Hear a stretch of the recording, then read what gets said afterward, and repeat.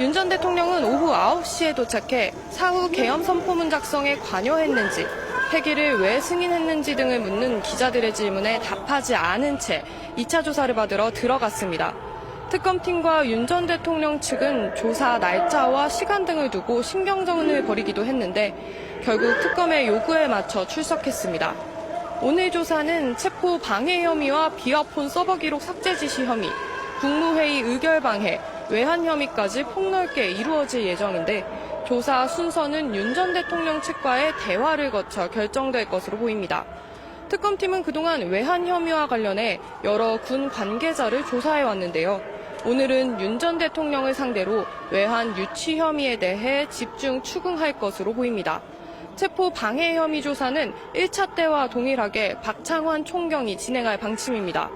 지난 조사에서 윤 전 대통령 측이 박 총경의 조사를 거부하며 조사자를 교체해달라고 반발했는데 이번에도 마찰이 되풀이될 가능성이 있습니다. 다만 특검팀이 변호인단의 수사방해 혐의에 대해서도 수사에 착수한 상태여서 변호인 측 태도가 지난번보다는 누그러질 수 있다는 관측도 함께 나오고 있습니다. 지금까지 서울 고등검찰청에서 KBS 뉴스 정혜주입니다. 31조 8천억 원 규모의 이재명 정부 첫 추경안이 어젯밤 민주당 주도로 국회 본회의를 통과했습니다. 지난해 예산심사에서 전액 삭감됐던 대통령실 특활비도 추경에 포함됐고 민생회복 소비 쿠폰 예산 12조 원가량도 담겨 있습니다. 국민의힘은 민주당이 일방적인 회의 진행을 하고 있다며 표결에 불참했습니다. 박영민 기자의 보도입니다. 가결되었음을 선포합니다. 이재명 정부 첫 추경안이 국회 본회의를 통과했습니다.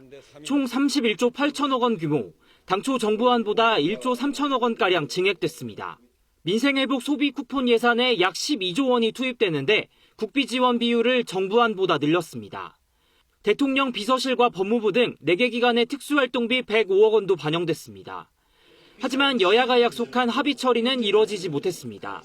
앞서 여야는 어제 새벽까지 이어진 협상에서 소비 쿠폰 사업 예산과 특수활동비 증액을 놓고 합의안 도출에 실패했습니다. 이재명 대통령께서는 대통령 특수활동비를 일방 삭감하셨던 과오가 있으십니다. 특수활동비를 확보하십시오. 그러나 국민들께 진정성 있는 사과는 부탁드립니다. 윤석열 힘과 국민의힘이 병들게 한 경제, 민주당이 긴급 처방이라도 해서 살리겠다는데 무슨 염치로 증액 불가를 운운하는 것입니까? 지난 정부 당시 특활비 전액 삭감의 사과를 요구해온 국민의힘은 대통령실에 항의 서한도 전달했습니다. 특활비 예산 없어도 국정에 전혀 지장 없다고 했습니다. 기억하시죠? 저희들의 입장이 바뀌게 된 거에 대해서 국민들에게 죄송하게 생각합니다. 여야 이견 속에 민주당 주도로 추경안이 확정됐는데 검찰 특수활동비에 대한 여당 내 의견으로 본회의 개최가 지연되자 국민의힘은 반대 토론 참석 의원을 제외하고 모두 표결에 불참했습니다. 대통령실은 이르면 오늘 국무회의를 열고 추경안을 의결할 예정입니다. KBS 뉴스 박영민입니다. 네, 미국 트럼프 행정부가 각 나라에 관세율이 적힌 서한을 보내기 시작했습니다. 미국을 방문한 우리 협상단은 일단 유예기간 연장을 목표로 주말 동안 미국 측과 협상에 나설 계획입니다. 워싱턴 김경수 특파원의 보도입니다. 다음 주 미국 상호관세 유예 만료를 앞두고 트럼프 행정부가 오늘 10여 개 국가를 시작으로 관세율 서한을 보내기 시작했습니다. 현재까지 미국과 무역 합의를 맺은 나라는 영국과 베트남뿐이라 9일 유예 종료 전 대부분의 국가에 관세율이 통보될 것으로 보입니다. 다만 트럼프 미국 대통령이 관세 수입은 다음 달 1일부터 들어올 것이라고 한 만큼 유예 종료 뒤에도 3주가량 협상이 이어질 전망입니다. 이런 가운데 미국을 방문하는 여항구 통상교섭 본부장은 주말 동안 제이미슨 그리어 미국 무역대표부 대표 등을 만날 예정입니다. 관세 유예 종료 전 막판 협상인 만큼 협상단은 미측의 비관세 장벽 철폐와 제조업 협력 방안 등을 담은 구체적 협상안을 제시할 것으로 알려졌습니다. 한국에 대한 유예 연장도 강하게 요청할 계획입니다. 그래서 이번에 상황을 봐서 필요하면 유예를 통해서 계속 상호 호혜적인 내실 있는 그런 윈윈의 협상 결과를 만들자라고 하는 방안도 함께 검토를 하고 있습니다.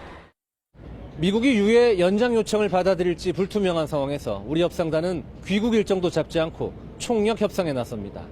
미국이 일단 높은 관세율을 통보해놓고 압박 협상에 나설 것이란 관측도 나옵니다. 워싱턴에서 KBS 뉴스 김경수입니다. 네, 미국 텍사스 중부 지역에서 집중호우로 갑자기 물이 차올라 최소 13명이 숨지고 20여 명의 어린이가 실종됐습니다. 아직 사망자의 신원도 파악되지 않고 있습니다. 뉴욕 박일중 특파원입니다. 현지 시각 4일 새벽 경찰이 주민들에게 대피령을 알립니다.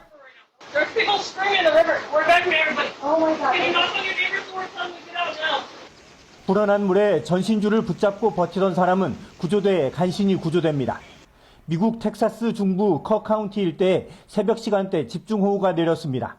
밤새 250mm가 넘는 비가 내렸는데 이 비로 강물이 급격히 불었습니다. 2시간 만에 강 수위가 7m 가까이 상승했고 9m를 넘긴 뒤 수위계가 고장나 더 이상 측정되지 않았습니다. 강 수위가 더 높아졌을 수 있다는 뜻입니다.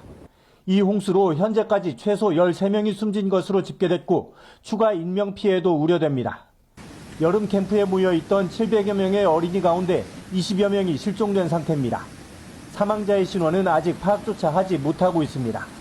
Actually, most of them, we don't know who they are. We're having had fingerprint them at the funeral home, and one of them was completely naked. We didn't have any idea on him at all. 현재는 헬리콥터와 드론 등을 이용해 수색 작업을 벌이고 있습니다. 전날 오후엔 수위가 17cm가량 오를 것이라며 홍수주의보가 발령된 바 있습니다.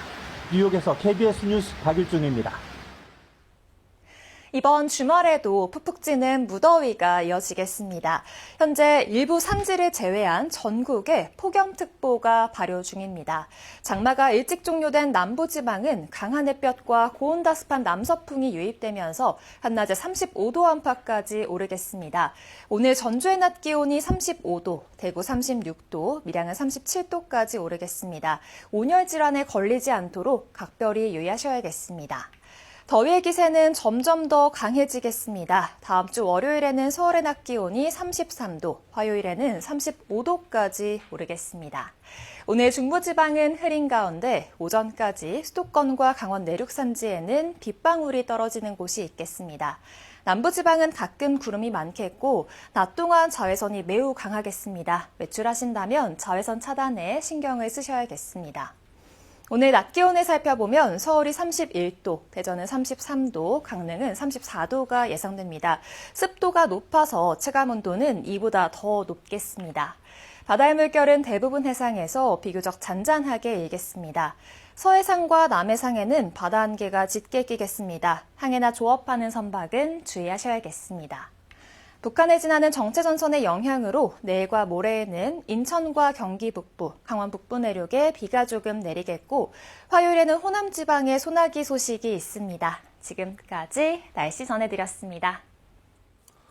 네, 이상으로 뉴스를 마치겠습니다. 고맙습니다.